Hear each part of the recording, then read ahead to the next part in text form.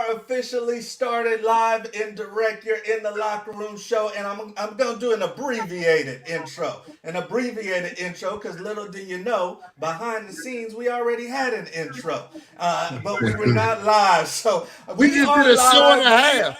There you go. There you go. We ready to go. We had to practice. We got to practice, y'all. So we are excited because we've got a great show lined up for you guys tonight. Some of you guys are looking for your football itch. Well, you came to the place to get it. We've got a great guest with us that's got a plethora of football knowledge to share with us. You already know Q the Guru, but let's introduce our guest, the great Marques Ogden. What's going on, big dog? What's going on, fellas? Doing all right? Yes, we are doing great and excited to have you, man. For those that don't know, Marques is someone that played in the NFL, you guys. He went on to get into public speaking and has written a couple of books. He's got a tale of redemption that he's going to share with us. Comes from a football family, the Ogden family, very well known on the East Coast. Big Bro is a Pro Football Hall of Famer, Johnathan, and extremely excited to have this gentleman here with us tonight. So thank you once again, Marques. But let's get into it, man. Howard University. Howard University. I'm sure they were happy to have you, but many other schools probably wanted you.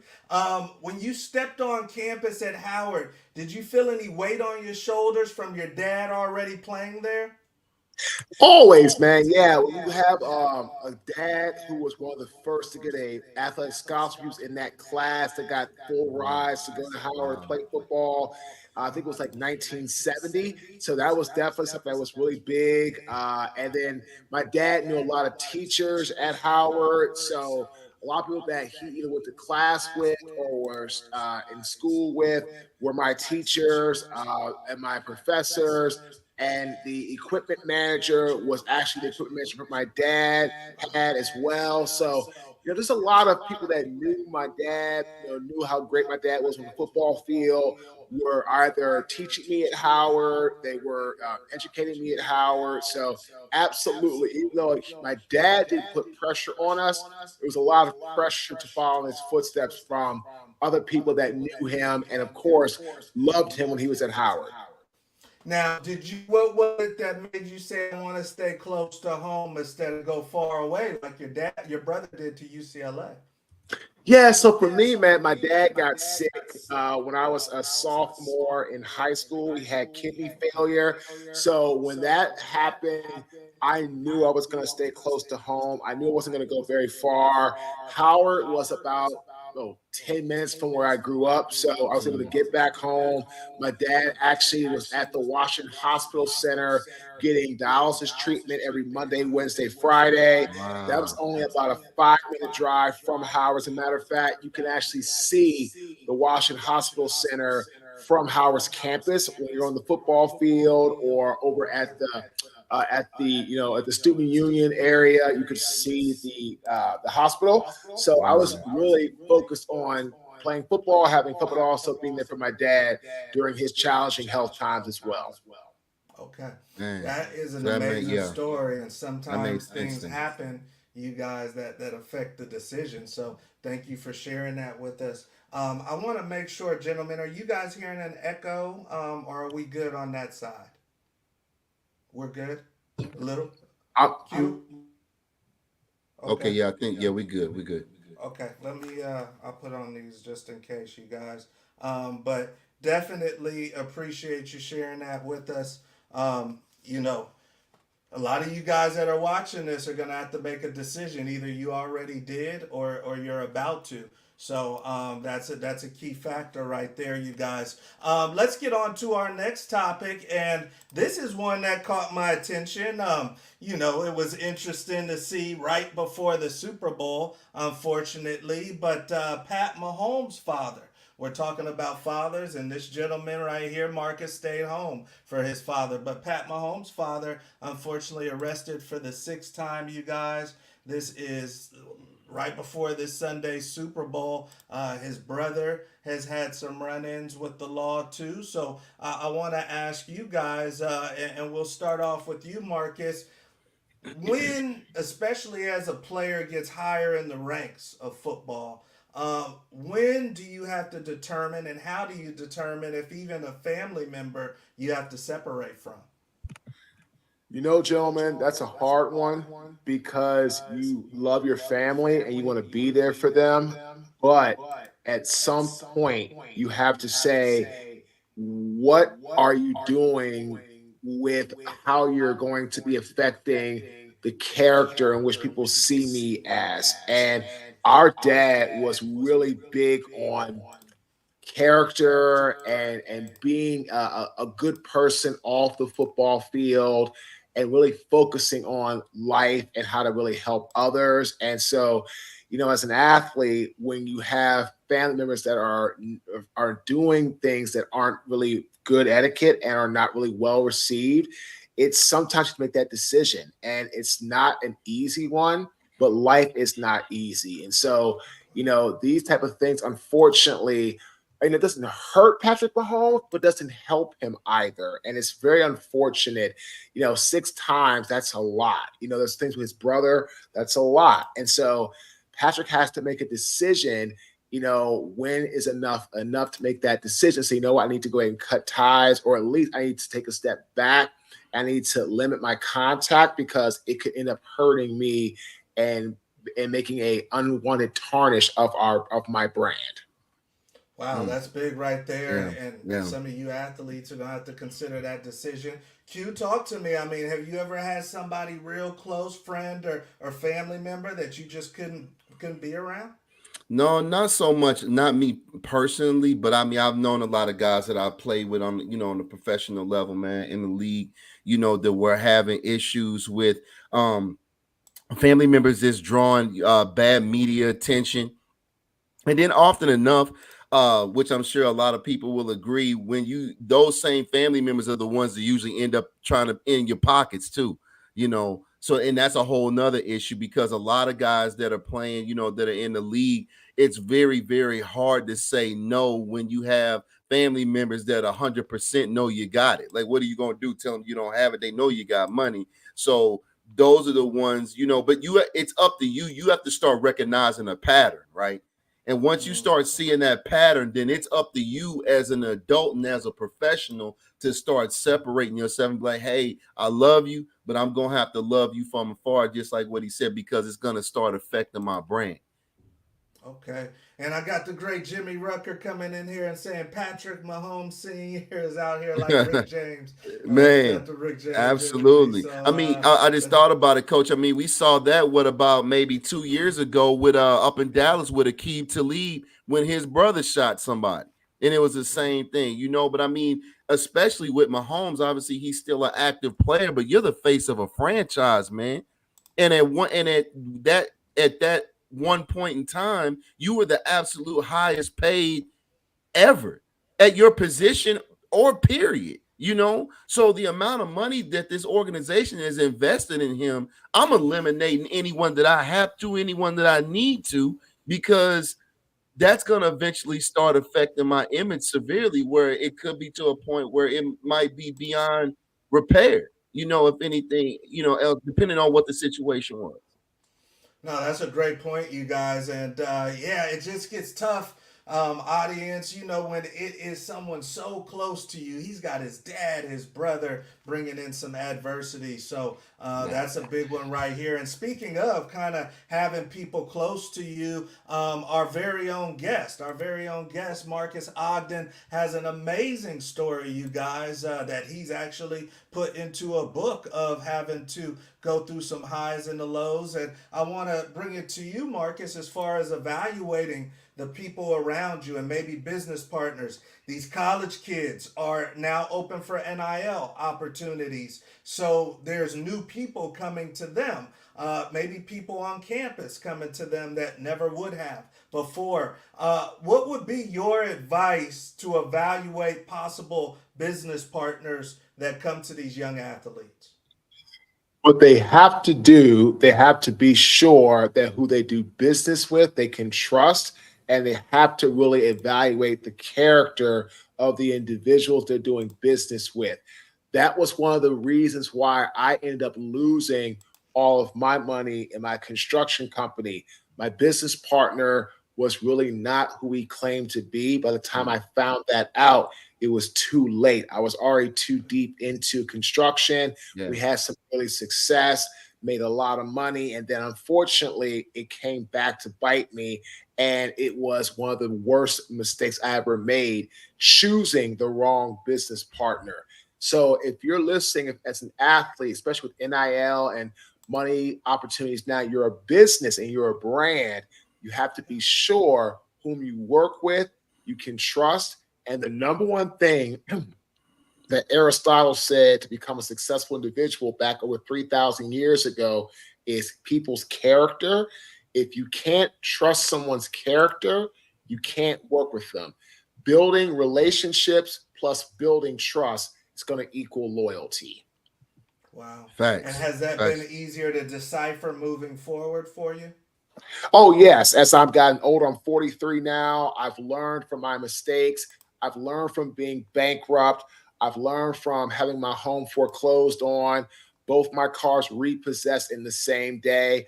I even learned from going through a divorce 2 years ago what to look out for and how to analyze situations, how to Yeah. read people better, how to look at things better, how to make sure that I'm in a really good position. Like who I surround myself with, who I Mm. do business with, who I even interact with. And Mm. I'm learning as I get older, people that I might have had relationships with maybe 5, 6, 7 years ago, it's not the same, and that's okay because at the end of the day, they are staying where they are, but I'm advancing and trying to grow in who I am. And so not mean that we can't be friends, but mean that, maybe the way that they do some things I don't really want to do. And I remove myself from the situation.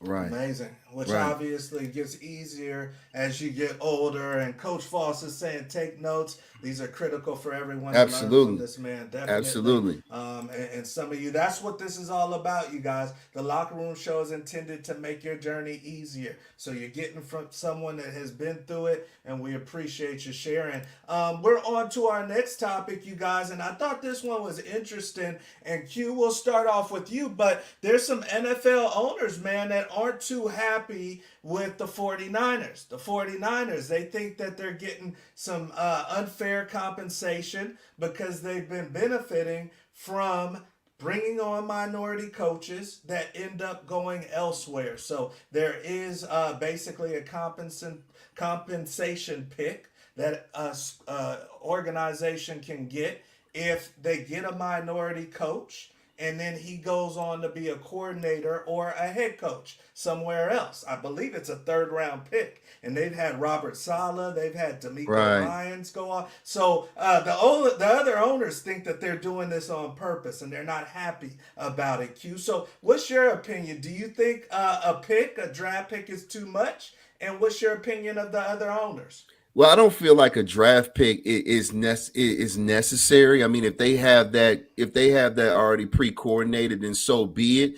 I'm just happy right now at the day and age that we live in that we're starting to finally see more coaches of color and they're successful. They're getting legitimate opportunities and they're successful. I don't care what color you are, may the best man win the job. But the fact that at least you see people of the coaches of color rather are getting legitimate opportunities, man, I'm just happy to see.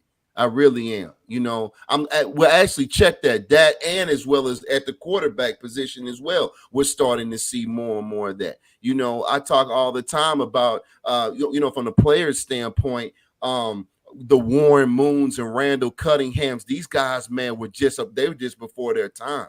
Because if you plug them into this day and age, man, God knows the numbers they would have put up. But the fact is, the league just wasn't ready for those boys at that time. Good point right there. Marcus, talk to me. I mean, you've seen some of the inner workings of the NFL. Do you think that the 49ers should be getting extra picks for bringing on minority coaches that are successful? So here's a question for you and for the whole people that are watching. If that's what is happening, then why aren't more teams going out and doing the same thing? Why not? If that's what it is, if that's what the rules are saying, then why aren't you going out and finding more D'Amico Ryans or Robert Saleh, or why aren't you doing that? Right? Right. Unfortunately, it's that we don't have where we're getting enough minority coaches into the system, and they created this rule or this opportunity to try to fast track that.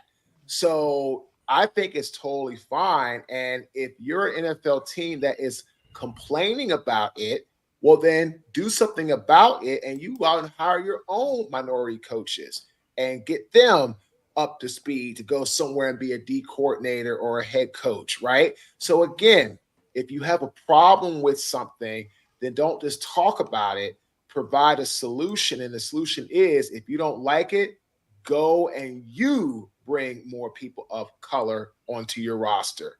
Don't look around at other teams.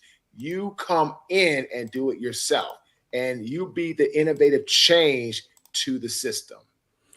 I totally agree. But the issue is we all know it's a lot of these owners that are, Caucasian males in a particular age group that are just they're not gonna have it that way. Like, we gonna keep it all the way raw tonight. They just not gonna have it that way. Right. And that just is what it is. Win, lose, or draw, they're not gonna hand the keys to what they've invested in for decades, or their families invested in for decades, to a head coach of color. It's just not gonna happen. Now, maybe the generation after that, maybe, but as long as they're breathing like Jerry, I doubt it. I seriously Well, you doubt know it. what? And here's the thing, right? If that's how they are, no problem. But then don't complain about it. Absolutely. That's absolutely, it. my If you're brother. not gonna, Absolutely. don't complain about it. Just let it, you know what I'm saying? Like, don't say, oh, separate. No, I mean, if you're not going to go and try something new, then just shut up and play ball. Don't complain. Absolutely. There you go. There you go. Yeah, I mean, that's a great question, Jimmy. I don't understand how Dan Quinn comes in. He has Bieniemy on the staff, hires Cliff Kingsbury, then goes and fires Bieniemy in person. That's a new one. Yeah. Now Bieniemy can't get a decent job because most of them are gone or have been filled. I don't understand how my old teammate Anthony Weaver was an assistant head coach with the Ravens. Now he's gone backwards as a D coordinator. Yeah, I saw that. How did that happen? How did that? And how did your D coordinator that was learning from Anthony Weaver get a head coaching job with Seattle? How is that possible? Absolutely, so, especially with Coach Bieniemy. Especially, you can't do it, man. Like, Bieniemy should have been a head coach by now. Where's my old teammate, my draft class rookie teammate? Where is he in the mix? Where's Byron Leftwich? Where is Byron? Where is Byron? He not get the job in Jacksonville? Right. And now Byron, I don't even know. He's not even coaching anymore right now. Yeah. So he went from a hot head coaching opportunity guy to now what? He's not in the NFL. Yeah. The enemy was a hot head coaching candidate. Now he's not here. Weaver should have been got a head coaching job. Yeah. He's now doesn't have one. So it's like, man, like, you keep seeing these guys. I'm happy for D'Amico Ryans and Robert Saleh. Atlanta, I'm happy for Jarrett Mayo. I mean, if Robert Kraft can make the change, so can Jerry Jones. That's just my opinion. Oh, no, absolutely. Absolutely. And the thing is, with guys like Jerry, it's how bad do you really want to win? Because there are a plethora of coaches of color that can get it done. But if organizations like the Cowboys want to keep investing in the wrong guy because of whatever prejudices that they could possibly have, then you're not going to ever get that ring. You're not going to ever get it. Agreed. You're never going to get it. And you'll see teams that pick the right guy you'll see them continue to be successful. I guarantee the Texans will be back. I'm not a Texans fan per se, but the way that those boys perform and where D'Amico Ryans went from 0 to 100 the way that he did, that I mean that's he I mean that's a he's where he's supposed to be. Coach people like Coach Bieniemy, they knew he was the issue. He was the reason that the Kansas City Chiefs were. Now, granted, yeah, they got back, and they're back in the Super Bowl. But in regards to the overall numbers and success, while we saw what we saw, he was the guy behind the scenes. That was his offense. We all know that. So I totally agree with you. But it's they'll use issues like, he's not marketable or he's too hard on the players. Well, I mean, they didn't say that about Bill Parcells and all these other coaches that were hard-nosed and hard on their players. It's football. So choose another reason why you're not giving guys like him an opportunity. But you don't have one.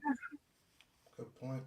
All right, you guys. Well, obviously that struck a chord with our host and our guest, because there is a lot of kind of dual swords and different sides to the story when it comes to the coaching situation. But the 49ers, as we see, are winning with their coaches of color. So let's go on to our next topic, you guys. And obviously, we all know the great Nick Saban has decided to retire. Many didn't see him going into the analyst booth. But I want to ask my guest, because this is somebody that doesn't have to come back to coaching. But as we know, Marques Ogden, some of these guys are lifers. So percentage-wise, what's the percentage that you think we see Nick Saban on a college or NFL sideline again? I'm probably gonna say 70% no, 30% maybe. I mean, I don't see it happening. I really don't. Nick Saban was a phenomenal college coach. When he got to NFL, he struggled for different reasons. Again, the guys didn't click, guys didn't like him, all this other stuff. You can say all what you want to say. But if I'm him with NIL, not saying it makes it like pro football, but it changes the playing field drastically. And Nick Saban, in my opinion, is a great coach at the collegiate level. But when you factor in now NIL, transfer portal, things that were not going on when he was coaching for so many years, now it's going to change the playing field. It's going to change how things are going. It's going to change the landscape. And so him being who he is, wanting to always win, be the best, have, a team that's competing at, for the championship every year. Now with the playing field being different, I don't think he's going to fit into the new way of doing things and how it's going to be with the new spectrum of college football. So if I'm him, I'm just going to stay right where I'm safe as an analyst, make a lot of money, go give your opinion, talk about what you want to do, all that kind of stuff. Exactly. And just continue to move from there and go from there. And if he comes back, Eric, honestly, I don't know where. Again, I can say, you were at Alabama and you left. So where do you go? Do you go down? Where do you go? It's like, it's hard to find going somewhere else. And with the type of reputation he had, the kind of money he made at Alabama, he could make just as much or more as an analyst. So that's true. This depends about, again, like you say, he's going to have that, that big check coming from ESPN. So do you risk losing that? You always get it back. But again, Nick Saban is such a proud guy. He wants to be the best and win. He left one of the best in college sports. I don't see him going back because he's not going to be able to go anywhere that has the type of caliber of Alabama, in my opinion. And then if that's the case, then why even bother coming back? Yeah, that's a great point. That's a good point. There. That's a good point. Does narrow it down, maybe 2-3 schools, Michigan's or USC or something. Plus getting older. So talk to me, Q. Big Ogden told us 70-30, 70 on the no side. Are we going to see Nick Saban, or is that it? Was the loss it? Nah, man, he's done. Coach is done. He hit the nail right on the head. The way that I look at Nick Saban, and I mean this in all sincerity, I think that he was a great coach, right? But if you've ever coached, how you determine a great coach, to me, is by winning with less. Anybody could have accomplished, and this is the guru's opinion. Anyone could have won with all the horses that he had over all these decades. Anybody could have won. You can pick anybody. I can go down here to Houston and grab Katy High School's head coach and win if I got on both sides of the ball 8, 9 first-round draft picks. He always had all the horses. That's why he quit, because these kids now, I'm a 4 or 5-star kid. I don't have to sit and wait behind anybody for 2 years. I can go down the street. I can go across the country. I can get a bag, and I can start right now. So that's kind of like, it put a sour taste in my mouth about Coach Saban, because it's almost like about, I'm sure you all have heard, I'm a boxing fan as well, what people say about Floyd Mayweather. He was 50-0, but the reason he doesn't get the respect that Ali got is because we've never seen him cut. We've never seen him hurt. We've never seen him had to fight his way out of a hole. You see what I'm saying? That's what, to me, what determines greatness. So if you can win and don't have all the horses, that makes you a great coach, in my opinion. It doesn't make you great when you got all the horses all the damn time. All right, so, he built a machine that might have been too big to keep up, especially with the NIL, and you got it right there. Q says no. Marcus says 70% no. So according to these gentlemen, he ain't coming back. We've seen everything that is it from the great Nick Saban. But guess what? We haven't seen everything from our great guest, because we are on to the lightning round, you guys. The lightning round is where it goes down on the Locker Room Show. This is one of our fan favorite portions of the show. This is this gentleman's first time, so we're going to see how he does. But the lightning round is where we put you through a little gauntlet, Marcus, a little 60-second blitz where it's word association. We want to hear the first thing that comes to this gentleman's mind, unfiltered, unbiased, as we always do in the Locker Room Show. So you've got 60 seconds. I've got some either or. I've got some people listed here. And all we want to do, brother, is hear the first thing on your mind, okay? Let's do it. We're ready to go. Let's see how we do. And let me get the stopwatch ready. We are set at 0, so you guys know I'm not cheating my guest, and he's going to give us the first thing that comes to his mind. So let's get after it. All right. And also, Marcus, we do have a wager on this. So the number's 15. We don't just do this for fun. The number's 15. If you can get to 15 or more in 60 seconds, then it's a dinner on the Locker Room Show. It's a dinner on the Locker Show. We're going to Zelle you, Cash App you, whatever you do, and it's a dinner on us. So we've got him at 0s, you guys, and we are ready to go. So number one, first thing on your mind, Marcus. Howard University, go. Bison. Baked chicken or fried chicken? Bake. Ozzie Newsome. Ali. Niners or Chiefs? Chiefs. Best player you ever played against? Ray Lewis. Favorite ice cream? Strawberry. Ray Lewis. Baller. Gabrielle Union or Zoe Saldana? Gabrielle Union. Loudest stadium you ever played in? He's cooking. Kansas City Chiefs. Favorite movie? Glory. LA or Miami? 50 seconds. Miami. Fettuccine with chicken or chicken parmesan? Parmesan. Skydive or rock climb? Rock climb. Time. He might have got that. He might have got it. He was rolling. Listen. So y'all know, for people that don't understand, old linemen are like the most intelligent dudes on the field. Like low key, he was 2 like minutes drilling that thing. offensive linemen are like brain surgeons, dude. So he if was he rolling. didn't get it, All right. I'll be damn surprised. No, he was rolling. And we also, Marcus, we give one for tech delay. We give one for tech delay since we're in a different area. So 14, you guys, he's even in the mix with 14. But if he got 15, then he won.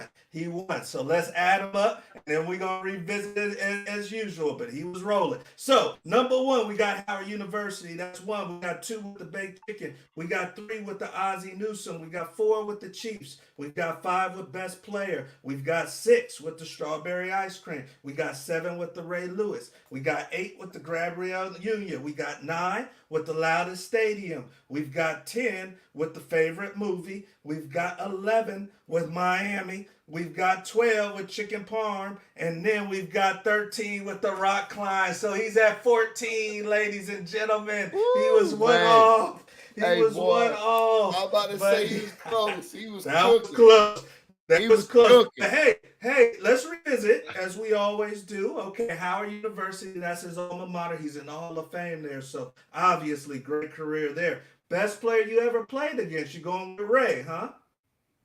Yeah, Without a doubt, killer, man. dude. Killer. Without a doubt. Without Good a doubt, killer. without a doubt. He's going with Gabrielle Union. He's saying loudest stadium is KC. Loved the movie. He went deep with the glory on that one. And then he's going Miami over LA, the rock climbing over the skydiving, you guys. So definitely had some fun there and appreciate you. What's Coach Fall saying? He says Coach Woods reading the question slow. He's trying to juice you up. He's trying to juice you up. And then the great Jimmy Rucker says because he played online, we accept the Gabrielle Union. He says we accept the Gabrielle Union. So Gabrielle Union went to UCLA when my brother was there. And Okay. I met her at a club in Baltimore when I was playing for the Ravens. It was 2004. And I told her who I was. She was like, oh my God, you're JL's little brother? I'm like, yeah. She's like, oh, I had such a crush on your brother in college. I dated one of his roommates, but I always had a thing for Johnathan, but he never noticed me. I was like, dude, are you freaking kidding me? How not Gabrielle Union in your freaking room, dude? Come like, on, man. Maybe that's why he was All-American. I was like, yo. Well, if he don't pay you no attention, Gabrielle, come on down this way. I'll be right there showing you attention. I'm good. So that question was easy for you. That question was easy, but no, he was cooking. Crazy. And we had some fun right there with the lightning round, you guys. We are on to our last section of the show. Definitely appreciating the great Marques Ogden. He's got a lot going on, so we're going to get into that. Let you find out where you guys can link up with him. Get that book as well, too. But, Q, I know you've got a question for Marques. I definitely do, man. I've asked this, man, actually to a couple of guys that have especially gone to HBCUs.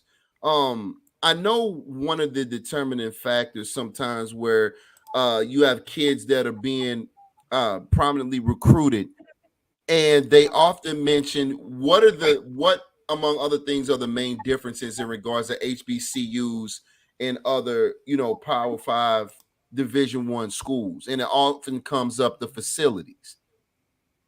We have so many prominent African Americans that have gone to HBCUs. Why is it, in your opinion, that they don't reinvest into their alma maters maybe like they could? I'm not saying they don't, but like, for example, with Howard, granted, I haven't been to y'all's facilities, but I mean, Puffy went there. You know what I'm saying? I mean, you're talking about like a billionaire. So why is it that we don't see these facilities up to par with with other large schools? Because when we look at the alumni, the money is there. What's your opinion on that? Alumni that are there, right? But at the end of the day, sometimes the alumni aren't as big of sports fans as others that go to the predominantly white universities, where they're larger schools, larger student base. Students are much more grander as far as more numbers, more success, more high-paying jobs, things of that nature, and it just becomes a numbers game, right? And so, like, for example, Antoine Bethea, my old teammate Howard, made a really nice donation to help out with the training facility room. It's called the Bethea Sports Medicine Center, and so like Okay. up to date stuff. We were building a new weight room, things like that. It's phenomenal. But Dope. Antoine That's Bethea dope. is one person. We look at other schools, right? And on top of that, it's not just the athletes that are donating at these other big universities, it's their student body that want to see their team every weekend on on ESPN or ABC or NBC at Michigan or Notre Dame or Right. Alabama, Georgia, whatever, whatever. And so this becomes a numbers game. So it's just so many more people that have more resources, and they're just putting it into their school. And then if they don't say, well, I want it to go here or here or here, the school makes the determination where it goes, and it usually ends up going to athletics in that regard. Right. Okay. Got you. That's great feedback Got you. right there, Yeah, and for sure. appreciate you asking that question, Q. Well, no, this is an amazing, amazing show, you guys, because once again, this is somebody that has played at a high level, comes from a family of football players, but also has a spirit to give back. Before we let you go, Marcus, can you tell us a little bit about your journey with the book and where people can reach out to you and find some of Sure. that information? Yeah, so I'm a four-time best-selling author, two by myself, two co-authored. I've got Sleepless Nights, which is the NFL, a business and a family. You can get that on Amazon. And then I have another one called The Success Cycle. You can pick that up on Barnes Noble, or actually in Barnes Noble stores all across the country. And it just talks about, my journey and things I struggled with in the first book. And the second book, it talks about ambition, drive, and hard work making up the success cycle. And then we have our podcast, the Get Authentic with Marques Ogden show. We're in the Nice. top 0.5% most popular podcast worldwide. And then we Dope. also have the Marques Ogden app. So if you have an Android phone or an Apple phone, you can go to your app store and just type in my name, MarquesOgden, and you could then subscribe to our app. You can pick up our podcast, exclusive content, our website. And again, we're always speaking. I've got to go to Minneapolis this month. I got to go to Cabo in March.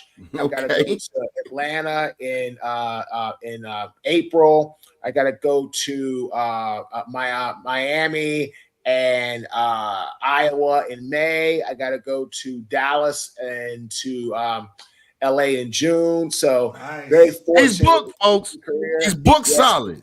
Yep, speaking's going really well, man. So again, you can go to our app, you can go to our website, which is my name, marquesogden.com, or you can go to our 360 link, which is marcus360.com. But again, go to our app, download it, it's completely free.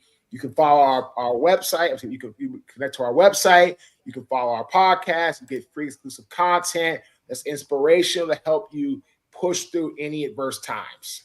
Wow, Definitely, wow. definitely Okay. need that. Yeah, Definitely so need you that. guys heard the man. Don't play around whether you're watching this live or recorded. You heard the content that he gave us tonight. So take that next step. Go get that app and go get that book. So Marcus, thank you for joining us in the locker room For tonight. sure. Keep up the amazing work and safe travels, okay? Appreciate you, fellas. Thanks for having me on, guys. All right, big dog. Appreciate you, man. All All right. right, you guys. So we got the great Marques Ogden, and we appreciate you guys for tuning in tonight. I know you got a lot of sauce, a lot of game out of what he had to say. I mean, wow. His dad, I think, is a Hall of Famer at Howard Q. He was. His Yeah. brother is a Pro Football Hall of Famer. I mean, now he's speaking and doing big things. It doesn't get much better than that, brother. Hey, man, it doesn't, man. Some families are just those football families, man, like the Ogdens, the Boses. I mean, you can keep going, man. I mean, that's just some families, man. That's a family business, Some There you go. families are plumbers, and some families is ball. That's what There you it go. is. There you go. So hopefully you guys got a lot out of tonight's show. I say the great Jimmy Rucker, thank you for always holding us down. Great show, and thank you, Marcus. Definitely. You guys, it is almost that time. It's almost that Super Bowl time. So who you got, Q? I think I think you had these two maybe getting to this point. I But who's did. gonna bring the trophy home? You know what, man? I'm pulling for the Niners, man. I really am. Definitely for those The of you all youngster, who huh? have, oh yeah, definitely for you all look who haven't had an opportunity to see, definitely go back in the archive and check out one of our earlier episodes with the NFL Hall of Fame great Ronnie Lott. Your Niner fans, but man, I'm pulling for the Niners, man. Brock Purdy is a Big 12 guy. And I'll tell you what, they always go for the underdog, man. People always are rooting for the underdog. And I think it really is almost hard to call Brock Purdy an underdog because he's proved the kid is a truth. He's pulled through, he's made plays So when you he's don't think needed it's to. it's not a mirage? You Nah, think it's he's a real? real deal, man. Now, granted, Okay. hey, now you're gonna have to pay him now. You're gonna have to pay him, but man, the kid is a real deal. He's been making clutch throws, he's been moving the chains and making plays with his legs. Um, Hopefully Wow. Debo can be Think healthy. about that. I mean, how do you sleep the night before a Super Bowl when you know your QB won?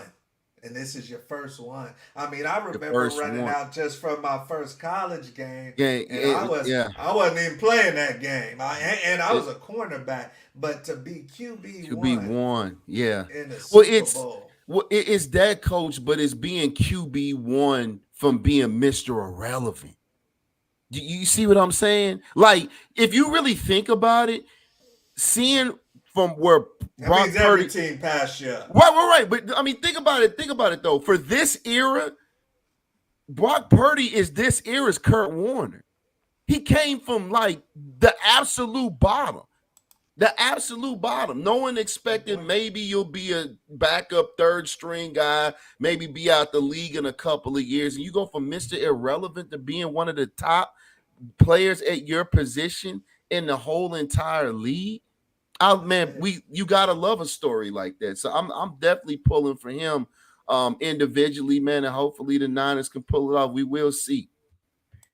And the great Jimmy saying Chiefs are playing with House Bunny, and Eric is coming in and saying Coach Fall saying Christ centered. Purdy is Christ centered. So that's how Yeah, he's pulling it off. That's the magic right there. So hey, you guys, many of you guys will be watching the show, of course, the Super Bowl show this weekend. So be safe, enjoy those snacks, don't eat too much, and be back. Be back next Thursday, you guys, for another definitely. episode of the Locker Room Show. You never know who we're going to bring in here. You never know. Tonight, we brought in somebody that has played at the next level, at the highest level, somebody that is the brother of a Pro Football Hall of Famer and also a best-selling author. So you have no, we may bring in Coach B into me. He may come in here mad next Hey, week. you never So know. You gotta you show never up, know. coach. You never know. You All gotta right, you show up. guys. So, hey, and if you're just joining us, because I see some new people coming in, click this back, run this back, because this was a great episode with the great Marques Ogden. So, hey, you guys have an amazing evening. I'm signing off, Coach Wood. That is Q the Guru,